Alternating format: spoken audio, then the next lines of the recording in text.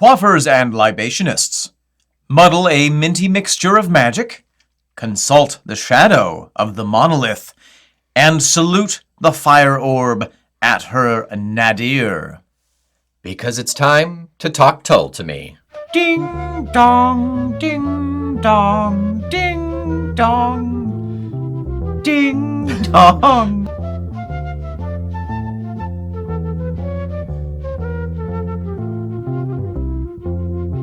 Welcome back to Talk Tull to Me. I am Omen Sade. And I am Nick McGill. Together we are Feckless Momes. And this is Talk Tull to Me in the same room! Unprecedented, almost unprecedented. I think it's only happened once or twice. It's only happened once before, That's or it? twice.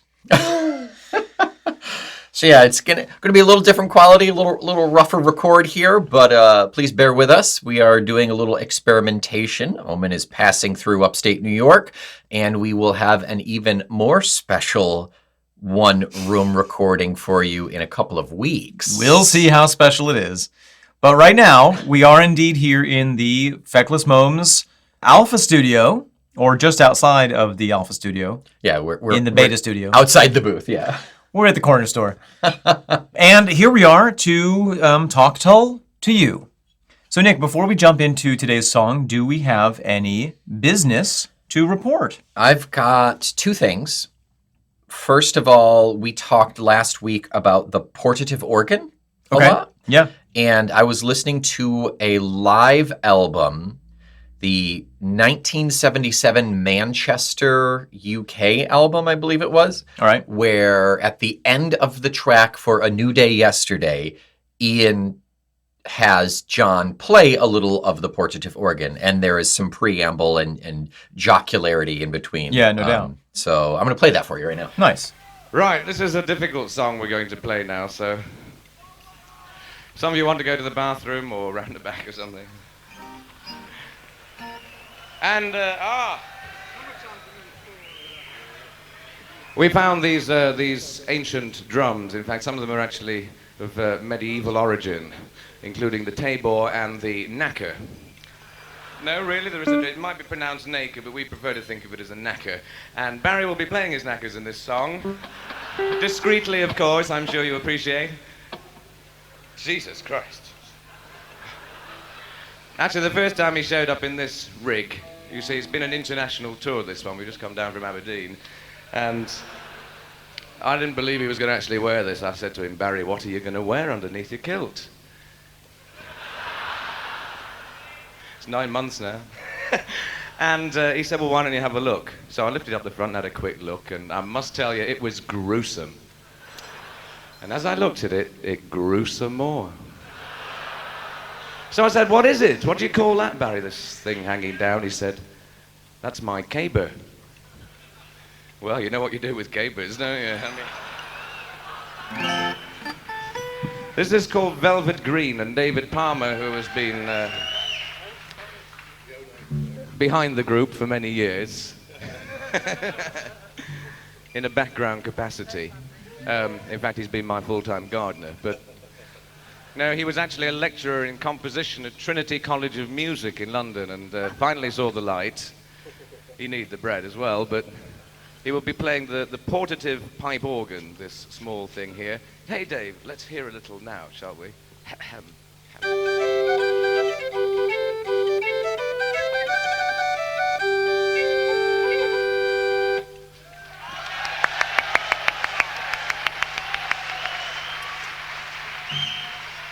Correction, it was Dee Palmer playing it, not John. That sound is pure endorphins. It's just so delightful. It's cotton candy, is what it is. Yeah. It is the magic of cotton candy. Straight into my blood. It's wonderful. So that is our portative organ. Next up, I have a review, another review. What? Sir, sensors have detected another star in the sky. Dear Lord, that's 5 stars. 5 stars. 5 stars. 5 stars. From John Mac 66 They just won't stop. via Apple Podcasts Great Britain. We're begging you, stop giving us these stars. It is entitled Really Don't Mind. giving this unexpected gem of a podcast a tongue-fluttering 5-star review. Oh. Who'd have thought that a pair of New York State millennials, their friendship forged in the fiery furnace of their mutual love of a band so beloved of boomers, would not only launch a podcast about said band, but commit to it so fully with such brio and wit.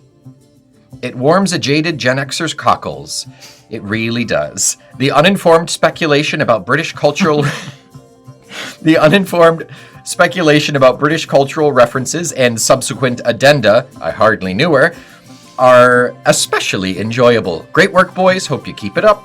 Looking forward with bated breath to your thoughts on the Folk Trilogy. Well, we are toes deep into the Folk Trilogy at this point. Yes. Hope you enjoy it as we go along there, John Mack. And in all sincerity, thank you for the 5-star review. They really do make our day. They really do bring more attention to the podcast and ultimately gain more precious listeners in this snowball rolling downhill. That we've lost complete control of. Straight to tall hell. Trying so hard.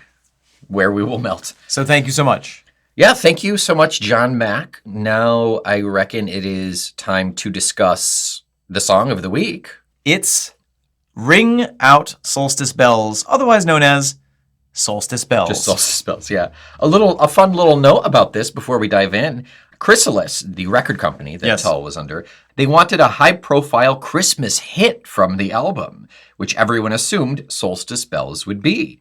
But nobody liked it. It entered the UK charts at number 28 and then dropped off completely the following week. Wow. Yeah. It is, among Tullites, a favorite Yuletide holiday song. Absolutely, yeah. It has been often called the Mariah Carey's All I Want for Christmas Is You of prog rock. Yeah, I think that is a common That's what they call it. conception of this song. You hear it all the time at the prog rock mall.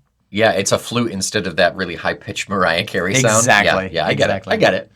Oh my God, I want to hear them cover that song now. You want to hear Mariah Carey cover Solstice Bells? And then Tull cover All I Want for Christmas Is You. Just imagine the flute. It would work perfectly. It'd be great. Yeah. It'd be great. So, without much further ado, shall we have a listen to Solstice Bells? Let us ring it out.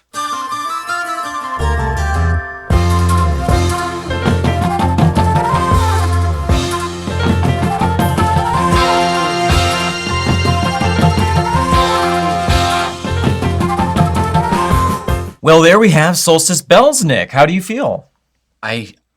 This album, more than any, I am so anticipating the next song because I know exactly the notes and the sounds from the next song. Yeah. That it feels slightly unfinished until I hear the end of the album. Yes. So I'm left anticipating. But this song it's got a nice darkness to it, but it's also celebratory. I mean, part of this album, I really enjoy this song. It's hard to not like this song. Yeah. As someone who already loves Jethro Tull, at least, for the general population, I don't know. But I feel like it's uplifting.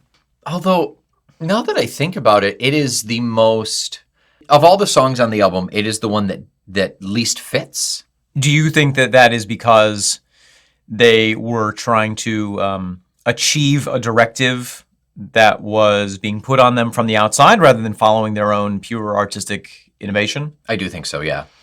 Yeah, I think, didn't we heard that with, what was that one song that was on Aqualung that Living in the Past. Was it Living in the Past? That was the one that was supposed to be the big hit. Yeah. So yeah, it sort of falls into the same category as Living in the Past in the sense that it was designed with a very specific commercial intent in mind, and that I feel is a little bit anathema to what Ian Anderson and Jethro Tull are all about. Right. Ian's prime directive is not to be commercially successful. Correct. It is to follow the impulses of his cold, fluty heart. That's right.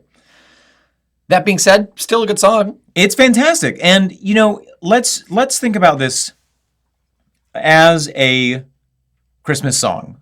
If we think about the canon of Christmas music that is out there, and compare this and set this amongst that collection, what are some of the things that overlap where we can recognize, oh yeah, this canonically or this classically falls into what we think of when we think of a Christmas song? The bells. I mean, that's the biggest. The bells. Yeah, the bells.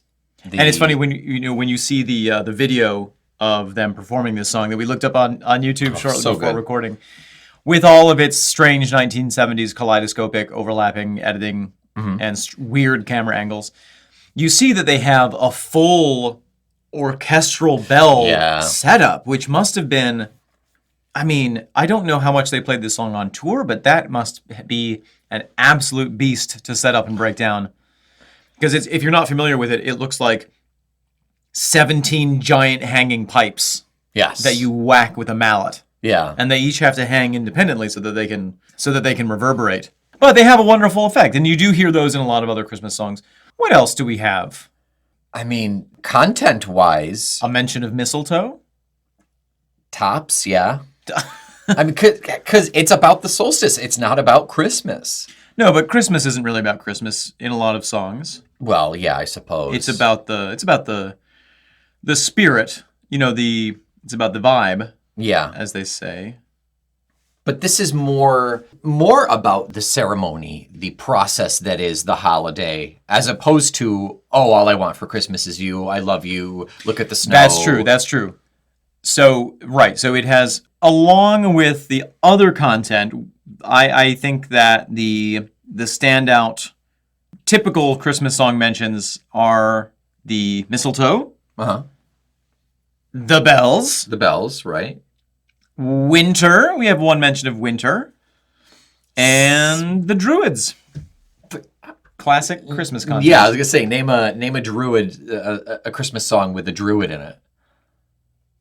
I'm thinking. It's a druidic Christmas for you and me. Yes. So this is, I mean, it's so funny because it's similar to Living in the Past that we talked about some months ago or years ago, Years at this point.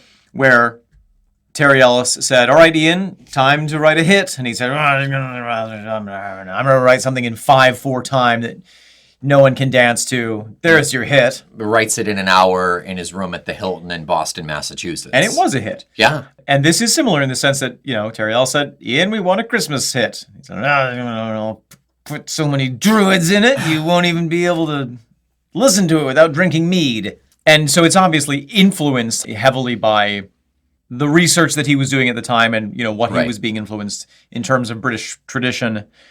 And from what I understand, it did become sort of a holiday cult hit. It does occasionally still get radio play in England. Does it really? I have heard that.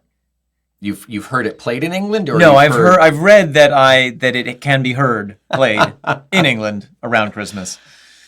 That was circuitous, but I believe it. Thank you. I totally believe it, and it fits in with the flavor and the feeling of the album proper. So, I mean, whether it was a commercial success or not, which it wasn't, that it still works. It still works as a successful song as part of the album. And the album was a commercial success, more so than any of the handful of preceding albums. Yeah, that's very true, yeah. Shall we, just full disclosure, we're both very distracted by the fact that we're in the same space. It's so difficult. Will not stop touching my thigh. But shall we talk a little bit about the music of this song? We've talked a bit about the bells. Yeah, bells. Collapse. Now it's the solstice of the year. Oh my God. The claps. So much clap. The clap. That's what it sounds like. That is what a clap is, in case anyone was confused. It's the double clap. And we hear that used, there was a previous track that we talked about, the classic the Prague double clap. Was it Jack and the Green? It was another one. I think it was, It's really prominent in this album, but we've heard a smattering of it leading up to this point too. Yeah.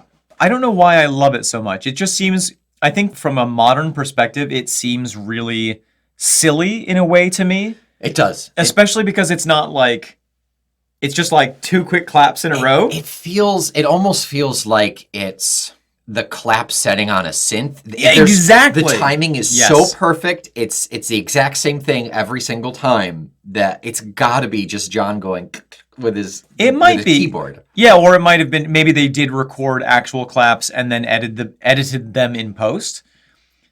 And then maybe they had a way of playing that sound live, or maybe they just clapped live and got really good at it. Yeah.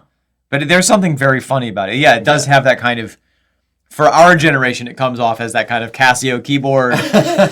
Look, Mom, look what I can do. Yeah. It's funny to say, but it has an unnatural feel to it, even though, like, I mean, that is the most natural music Right. you can make, Right. is clapping along to a tune. Right. And yet, it is joyful. It is very joyful. I think a lot of it just has to do with the fact that it's so, we're just not accustomed to it. But it has Yeah. that feeling of a live performance that people are getting into it. People are clapping along. There are moments, this allows the audience who knows the song the opportunity to clap at these moments.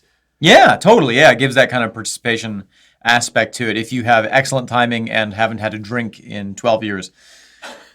Otherwise, you'll miss it. Prog clapping, yeah. Prog clapping. Yeah. Years of preparation for this moment. The flute is also really exciting, especially the way it kind of launches the song off. Yeah. It's our good intro there. Yeah. What? It's a good intro. Oh, It's a yes, good- it is a good intro. It leads into the song. Very good, like we're used to hearing Ian, but there's, I don't know if it's a different mic or a filter. Like it sounds a little tinny. Yeah, maybe it's got like a tiny bit of reverb on it or something. Yeah, I think that's something that I've always noticed is that it sounds like maybe it's a different flute altogether. I don't know. I know it's not like a penny whistle or anything, but But it is adjusted to at least in the recording that we have, it does have a little bit more of that whistle sound to it, yeah, okay. which maybe that is in an effort to, maybe it's to activate some of that feeling of folkiness, that kind of, almost like you're going caroling and someone's brought along the penny whistle. Oh, sure, yeah. Yeah, I mean, maybe there are these conscious decisions made throughout this song to have specific sounds that make it more personable, celebratory, and not have that barrier of like, oh, you're listening to a song through your speakers. Right, right. Possible. The whole song has a lot of warmth to it. It really does. It starts out quick, carries all the way through. It's super celebratory. It's past the mulled wine along and sing along to this song. And John Glasscock is bumping Oh, so hard on gosh. that bass right from the top. The bass is so prominent in this song. It's so nice to hear. He's rocking the hell out of it. Of all the rock sounds that are left out of this song, Yeah. or kind of pulled back, that is not a sound image that I see when I see like people caroling or mummers or something like that. But it's there and it drives through the song. So it does have a little bit of a reminder of like, hey, we are still a rock band. I also think that the bass in this case gives it that depth of quality, which for me feels like, it's not a surface level Christmas song. It's like, yes, we're celebrating this happy Yuletide season, and thus we have done for thousands of years. And it goes back to all the pagan druidic traditions that Ian has really found a lot of inspiration in this album. Yeah, that's a really good point. Yeah. So there's one more thing that I want to point out musically about this song before we move into discussing the lyrics. Okay. And that is time signature. Yes. What is it? What? What is time signature? Time. What is time? Oh my God. So time signature is the way that you break down music into beats, Right. both as a way of communicating it to other people, but it also gives a sense of rhythm. Like a waltz is in 3/4, 1 2 3, Yeah. 1 2 3, 1 2 3, and it gives that sense of lilt. Most music that we listen to, especially popular music, is in 4/4, 1 2 3 4. I came in like a wrecking ball. I never hit so hard before. I came in like a wrecking ball. I never hit so hard in love. All I wanted was to break your walls.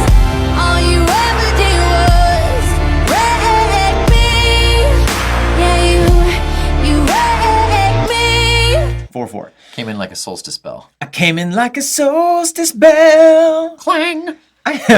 This song, as is to be expected from the prog rocksters, and especially Jethro Tull, switches back and forth between 4/4 and 7/8. What now? And I was first clued into this as I was listening to this song while driving around Manhattan in my Fiat Abarth. And I was trying to figure out the time signatures of all the songs on the album. I just want to be clear, this podcast is not sponsored by Fiat at all. Oh, it should be, though. However, if you want to, Fiat, If you are a representative from either Fiat or its parent company or the Abarth company, please contact us. moms at fecklessmoms.com. We will accept euros. We are open to sponsorship. I will accept a new turbo for when mine blows. And where was I? Oh, yes. So I was listening to the song and I was trying to figure out the time signature and I couldn't. And then I was listening to the lyrics and there's all these repeated mentions of seven druids, Yeah. seven maids. maids, Yep. 7 planet sisters, etc.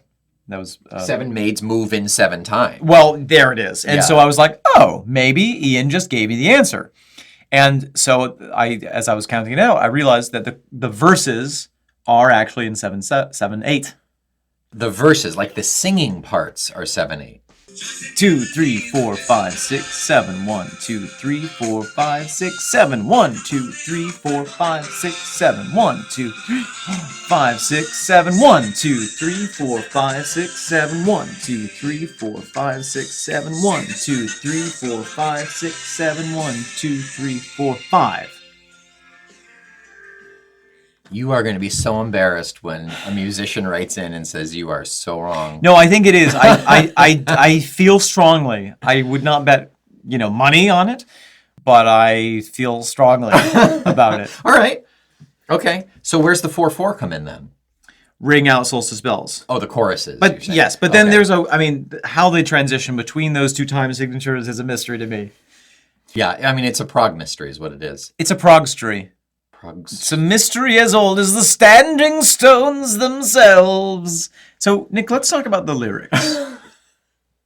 Yeah, let's talk about the lyrics. For review, I think we've talked about this before. What is the solstice?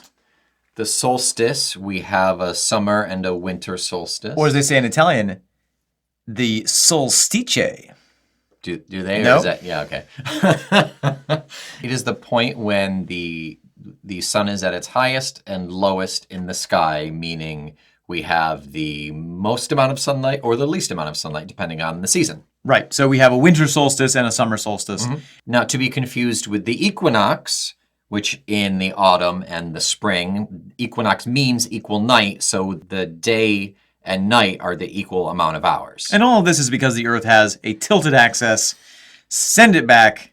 It's broken. We got ripped off on that one. The warranty is long out Wow. of date. It expired like A long time right ago. before the asteroid wiped out the dinosaurs. So, right, and in traditional cultures who, before the invention of Instagram and before that electricity, were more connected to the seasons and the stars and, natural processes than we are today. And people who rose with the sun and went to bed with the sun setting, so they were much better in tuned with lengths of time of light and darkness. And they had a very clear understanding that the sun allowed them to grow food Right. and yeah. darkness meant that they couldn't. There was And real fear for survival when it got dark. predators came out in the dark. Cold Yeah. came out in the dark. Cakemen The Cakemen. came out in the dark. Slender Man. Yeah. The Slender Cake Man. The Crepe Man. That's it. Never trust a slender cake man. That's what they say. Right. So the solstice was, and a lot of the ancient religions were organized around tracking when the sun would start to return. And so a lot of these traditions are about bringing back the light. There was an ancient Celtic tradition or belief that the sun actually stayed in one, like it got stuck for 12 days. Because they, some of these places are so far north that you could be forgiven for assuming that it was stuck because it looked like it wasn't, it looked like it was rising and setting in the same spot. So they would design all these fabulous structures to coincide with the precise moment when it would start to rise. So that's what a lot of the standing stones. Yeah, Stonehenge. Yeah. Stonehenge, I think, is one of the stones is specifically associated with the summer solstice, and they have a big festival there. Yeah. Yeah, do yourself a favor and look up the calendric setting that is Stonehenge, and you can see diagrams of where the sun will be when it passes certain rocks, and you can see it through certain arches at certain times. The fact that that all lined up is just mind-boggling to me. Yeah, I mean, so cool. It is really incredible, and there are plenty of mysteries that we still haven't unraveled about a lot of the standing stones. Sure. Or the monoliths, or the megaliths, or the henges, or the hinges. The complex technology, I'll tell you that. Yes. But the door still opens? Little WD-40 every 1,000 years. God, love that. But a lot of the traditions that we still celebrate go back to the impulse to keep the light alive. Even trimming our tree with Christmas lights goes back to the idea of keeping a fire burning during this dark 2-week period, and especially the night of the solstice, to literally keep the light alive and to give it back to the world. And so that's where we get the tradition of the Yule log.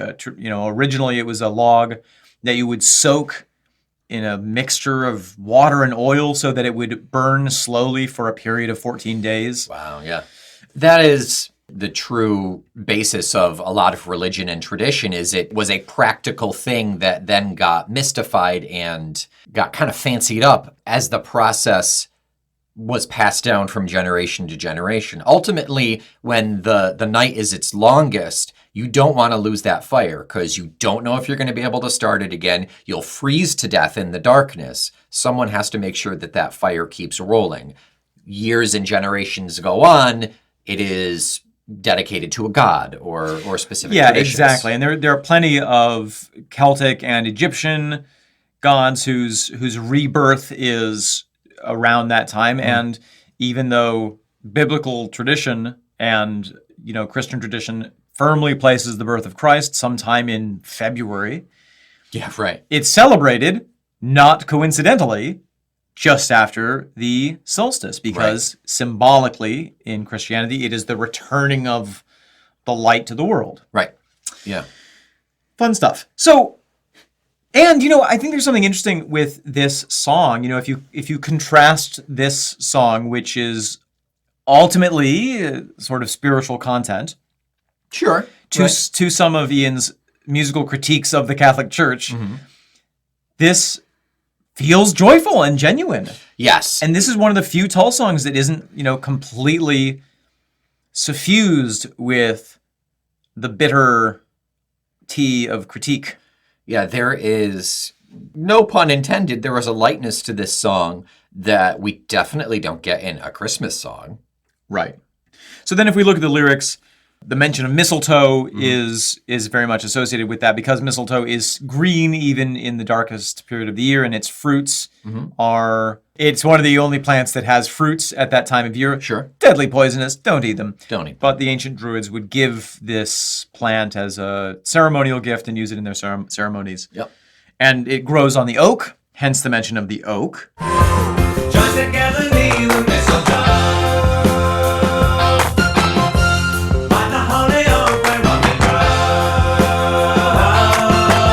So it's a vine? Is it a climbing vine? Is that what it is? It is a parasite. Parasitic vine? It's not really a vine. It's parasitic. It's like a parasitic bush. It just grows literally on the tree. Oh, wow. It doesn't have any roots that grow to the ground. That's cool. Part of the reason that the Druids believed it to be so sacred was because it seems to grow out of thin air. It's in fact sapping the life out of the oak tree. Equally cool. Yeah. Scientifically cool as opposed to spiritually cool. Theologically cool, yeah. Right. What about, Nick, the 7 druids dance in 7 time and the 7 maids move in 7 time? What do we make of all these 7s? 7 maids move in 7 time. 7 druids dance in 7 time. 7 has, for the longest time, been a magical number. Ooh, for the longest time. Ooh, for the long... True, it's true, it's true, it's true. For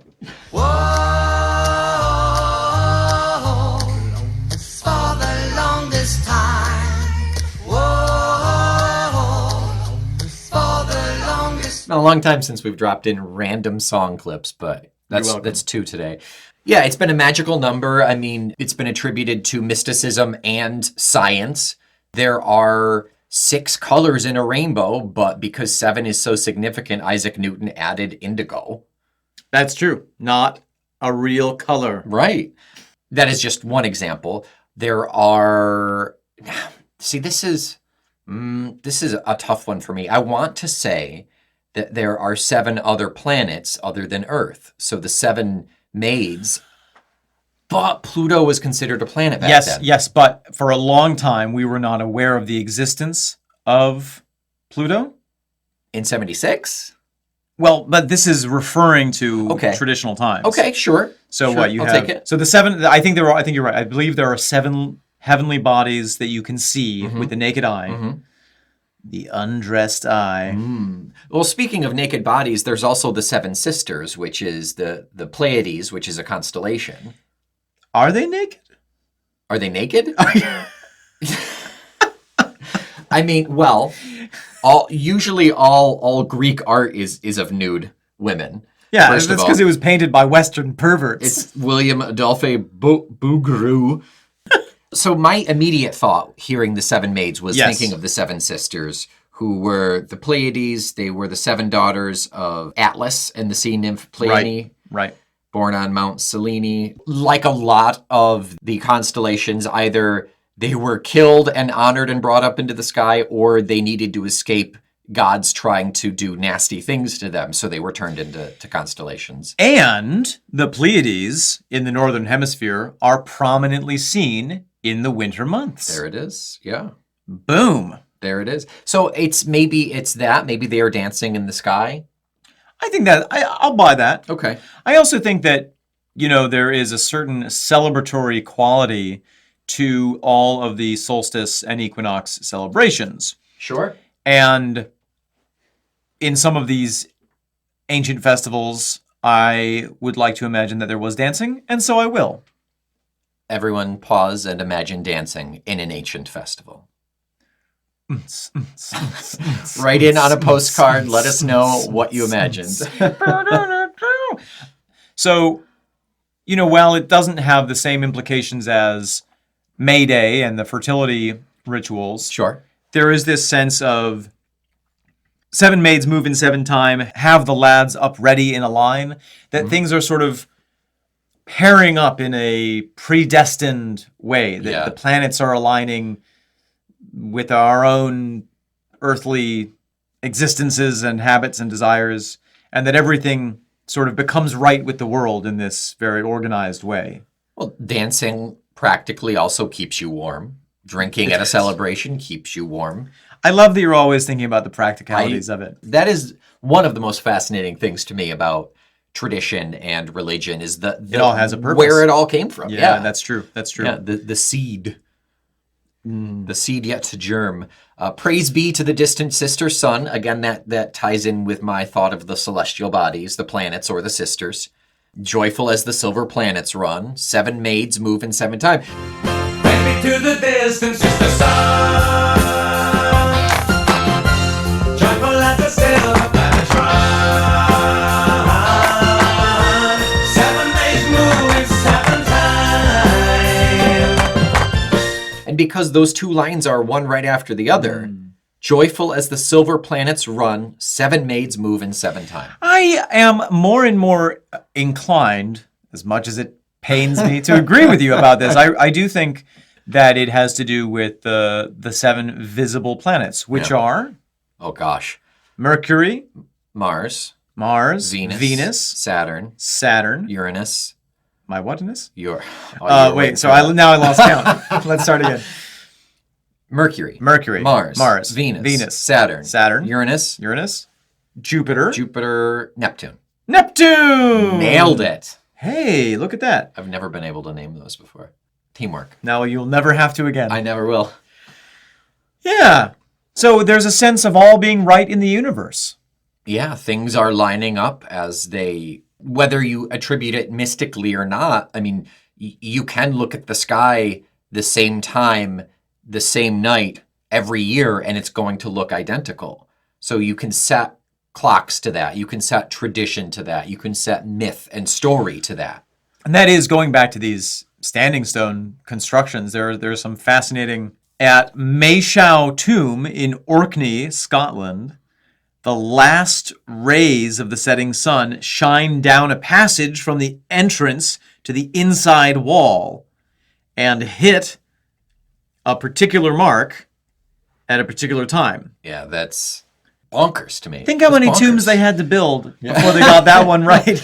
Okay, scrap it. Let's Tilt start it over. 1 degree to the left. Yeah. That's where you put the crystal in the staff and you stick it in the ground and you wait for this time and it illuminates the tomb of some long forgotten Scottish warlord who will grant you immortality. Yeah. Or it's a fancy clock. That's it. Yeah. It's just they didn't have paper calendars, so they made them out of stone. Yeah. So again, I feel like we're talking round in stone circles about this topic a little bit, but you know, I also think that this is so in line and so beautifully distilled from everything that Ian was being inspired by. And Yeah. the lyrics aren't super complicated. You know, it's one of the simpler written songs. Sure. The verses are very short. There are only 3 of them. Yep. And then the rest of it is ring out these bells. Ring out. Ring solstice bells. Ring out the solstice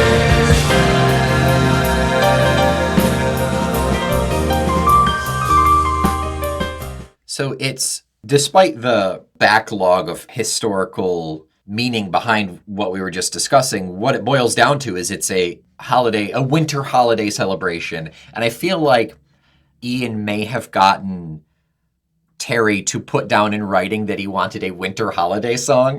Right. Ian, we need a Christmas song. A winter holiday song, you say? I mean, just Christmas is a winter holiday, right? Yuletide. Yeah, okay. All right, I've got it. Yeah. And then he goes off and plunks away at the guitar and comes Right. back. And Terry just shakes his head. But it's a great song. I think that this is going to be on my Yuletide playlist It has to be. forever. Is just this on repeat? Just this on repeat. and then the Turlsburg Bell Choir I'm unfamiliar with that one. doesn't exist. Okay, great.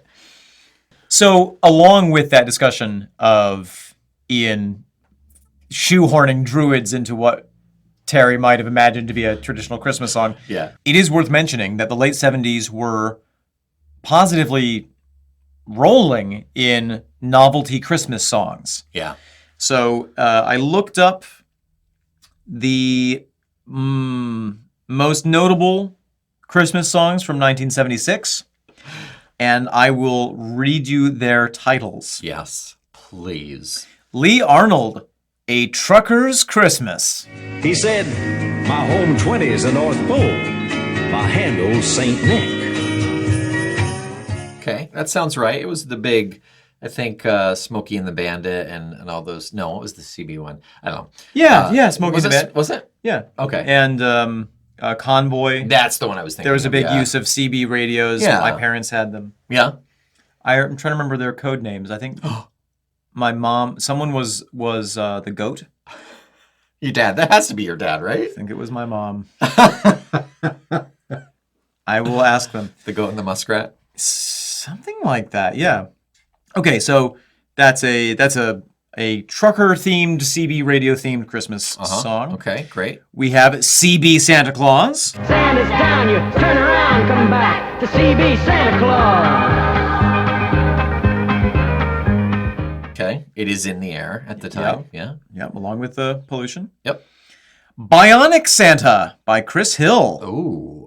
The $6 Million Man was out that year, so that could be the inspiration to that. Yes. Also, Santa's a Bionic Man by Houston and his friends. That's Santa's bionic, he's really great. so bizarre that there are 2 of each so far. Yep. Shadrach, the Black Reindeer. That a beautiful black reindeer, Shadrach. Okay. Loretta Lynn. Oh, wow. Seamus McCool wrote and released Santa's Little Helper, Dingo.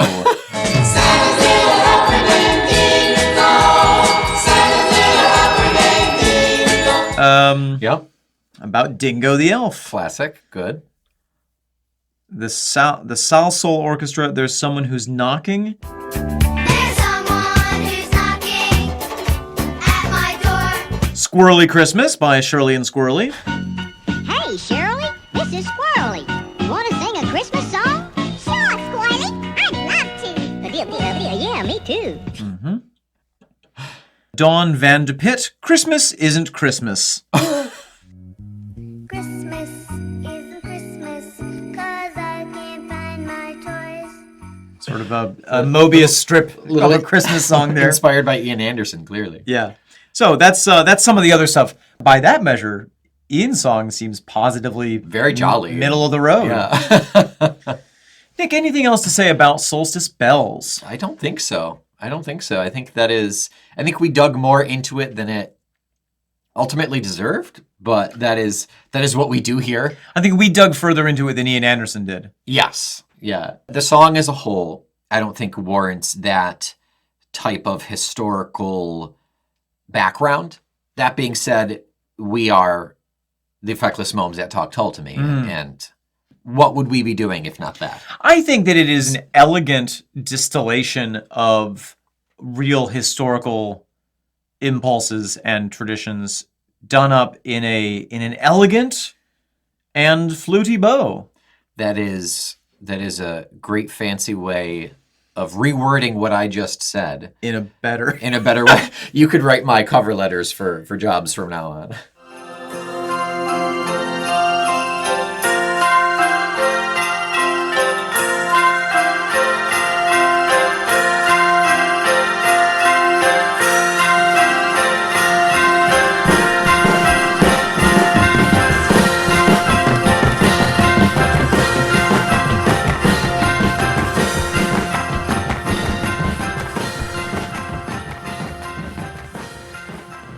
And that was the final song off of side A.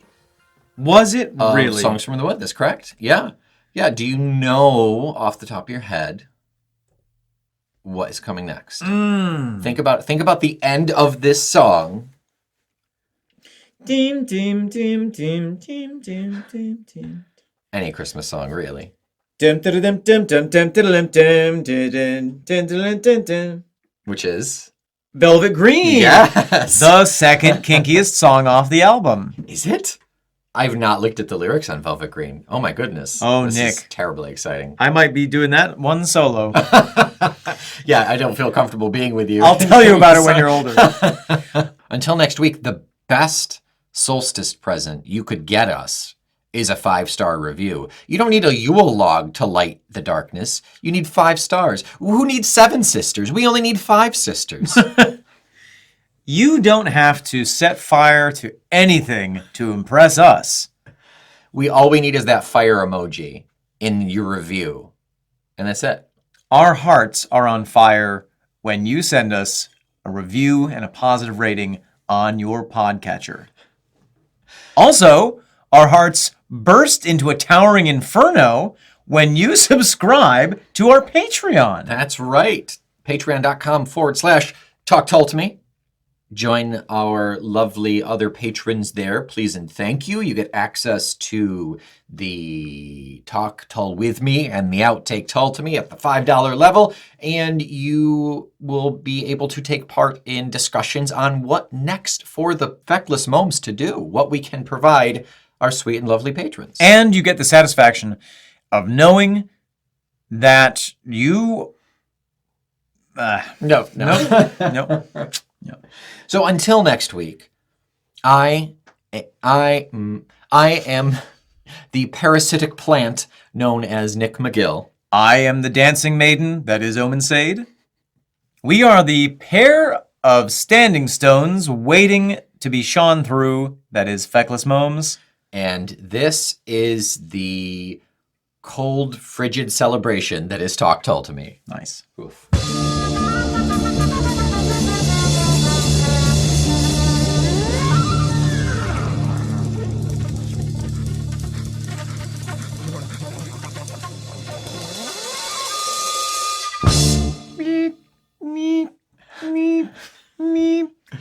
I got on this paper here. I'm supposed to deliver this 26-foot stone here to, Glastonbury Hill. Yes, right over here, please. I've laid out the place in chalk, if you could stand it up there. Okay, I'm just gonna back it up here. Oh. Me. You might want to stand out of the way. I'm about to put my sliders on. All right, I'll get a hard hat. You're going to fix the lawn right there that you just tore up, Yeah, right? yeah, sure. Hey, Jimmy, release the clamps! Oh my goodness. That made quite a dent. It's not really as tall as it's supposed to be now. Could you fix that? Yeah, I'm just the delivery guys. I just, all I got on the paper here is dump and lump. And I'm about to lump! A classic dump and lump, I guess. Sign here if you don't mind. Wait, I do mind. What's that in your hand? Is that a little twig? Yes. It's burnt on one end. I write in ash. That's a funny signature there, mister. What's it say there? I don't have a name. I am part of an organization known as the Feckless Momes. Oh! I heard that Talk told me was a proud member of the Feckless Momes Audio Network. That's true, yes. Yes, they are.